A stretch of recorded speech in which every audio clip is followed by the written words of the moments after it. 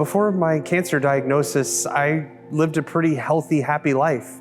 You know, my wife and I own the Fort Wayne Ballroom Company, so we are living the dream, being able to work together every day and do what we love, and it just so happens that it keeps us pretty healthy.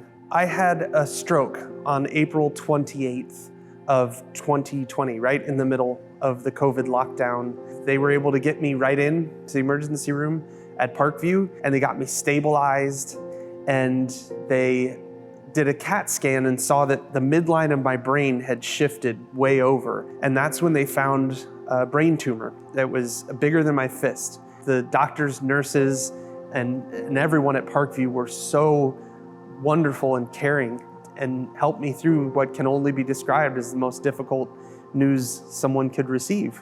This was a young gentleman who was an incredible professional. He was at the absolute top of his career, and to see something so unique, such as a brain tumor, which could impact and threaten all that he had been working his entire life to build, was something that would be challenging to any young patient. My wife and I, as small business owners, we had lost the ability to carry insurance because of the way things had gone. That first night in the emergency room, I was in a pretty dark place because all I could think about was what this was going to mean for my wife and I. And the next day, one of the first things I remember is getting a phone call from the financial office at Parkview. And the first thing they said was, "Chris, we see that you were admitted without insurance, and I'm sure you're really worried about money right now, but that is the last thing you need to be worried about." And they said, "We have lots of different options of how we can help you. There's the foundation, we have payment plans, we can connect you with the state Medicaid office." And it was such a huge weight lifted off my shoulders. They connected me to the state Medicaid office, and my wife and I were able to qualify.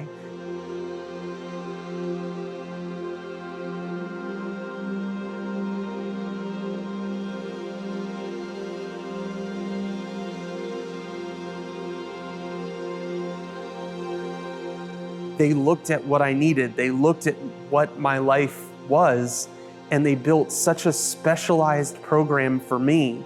So I say Parkview has saved my life twice, and they gave me my life back, because now I'm back to dancing.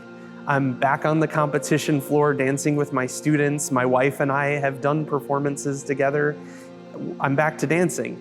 You know, when the doctors said, well, if we can get you through this, there's a pretty good chance you'll never walk and you'll never talk again. And I'm back to dancing, and I teach classes to groups of hundreds of people, and it's all because of Parkview. The whole Parkview Cancer Institute is such an incredible place, such an incredible resource. I actually wandered into the survivorship clinic one time. The lovely young lady at the desk explained to me what they did, and she asked, "Would you like to set up an appointment?" She set up my first appointment with Dr. McCollum, and that was such a game changer for me. This fight, it steals a lot of your power. It steals who you are. You know, you all of a sudden become almost like a vessel for cancer instead of yourself.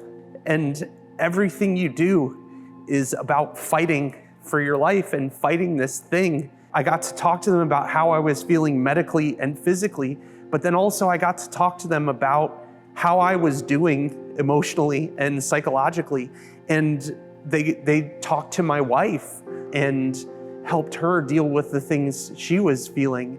In our survivorship clinic, we try to approach our survivors holistically. We look not just at their physical symptoms, but we try to look at their mental and emotional challenges that not just they, but their entire families had to endure. We know that those things don't just end when the last radiation treatment ends or the last dose of chemotherapy.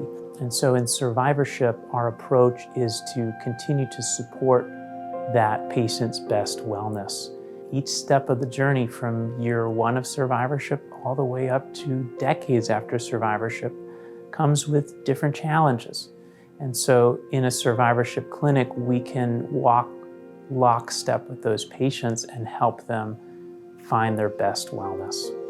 Chris has this emotional resiliency that you just don't see every day. He takes an incredibly challenging situation and he looks to see how can he use these circumstances to both empower himself mentally and emotionally, but also be able to give and serve others. And so I think that is one of the greatest inspirations in my career, and it's a privilege to partner with individuals like that.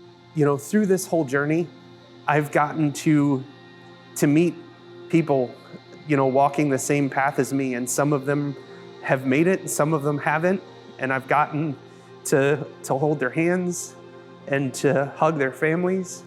Having those kind of relationships is something that it's gonna have changed me forever. We're there for each other no matter what, because we've been there with each other through some of the darkest times you can imagine. I have to believe there's a reason why I made it when I probably shouldn't have. I must have been kept here for a reason, and I have to make sure that I'm worthy of that. So I have to give back in every way I can.